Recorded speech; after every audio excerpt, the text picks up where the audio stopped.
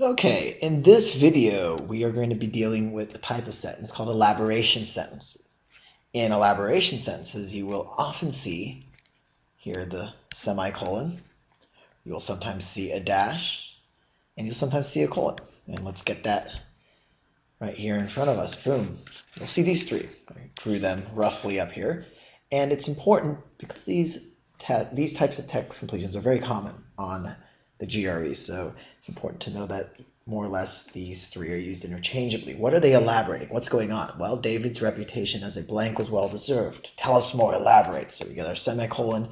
We have a word like indeed. Indeed is, again, a word that shows us we're going in the same direction. There's no shift, so it's simply elaborating. So note indeed, and then elaborating how? Well, the sentence says, even after coming into $1 million inheritance, he, that being David, still lived in a poorly furnished attic. So what kind of word do we need to come up with? Well, this person had all this money, $1 million inheritance, and they still live very poorly. So again, we want to come up with our own word and match, and maybe right off the bat, you know that the word for someone who has a lot of money but doesn't spend even a single penny is a miser.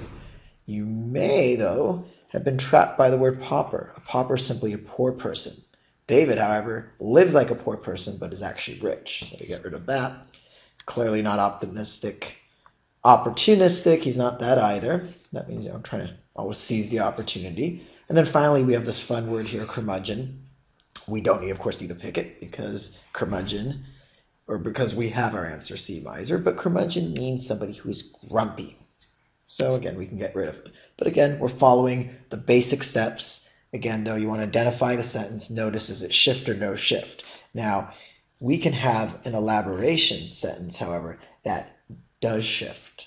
However, with a word like indeed, it doesn't shift. So that's also important to note.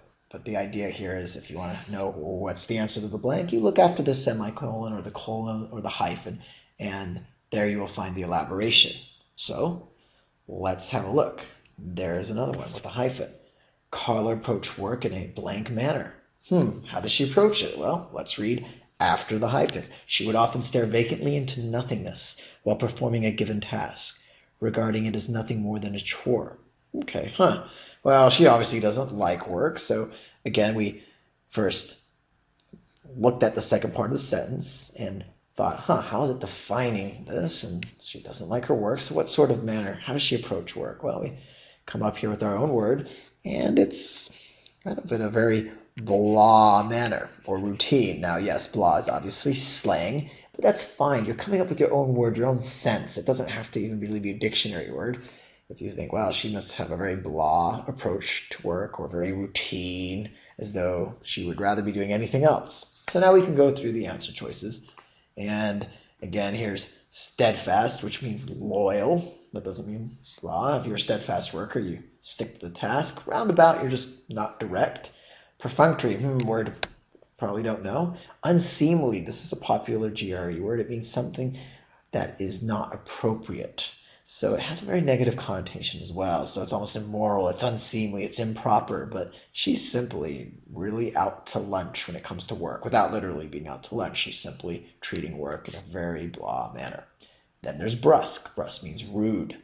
So that doesn't work. And you can see the word that we don't know in this case is the answer, which is perfunctory.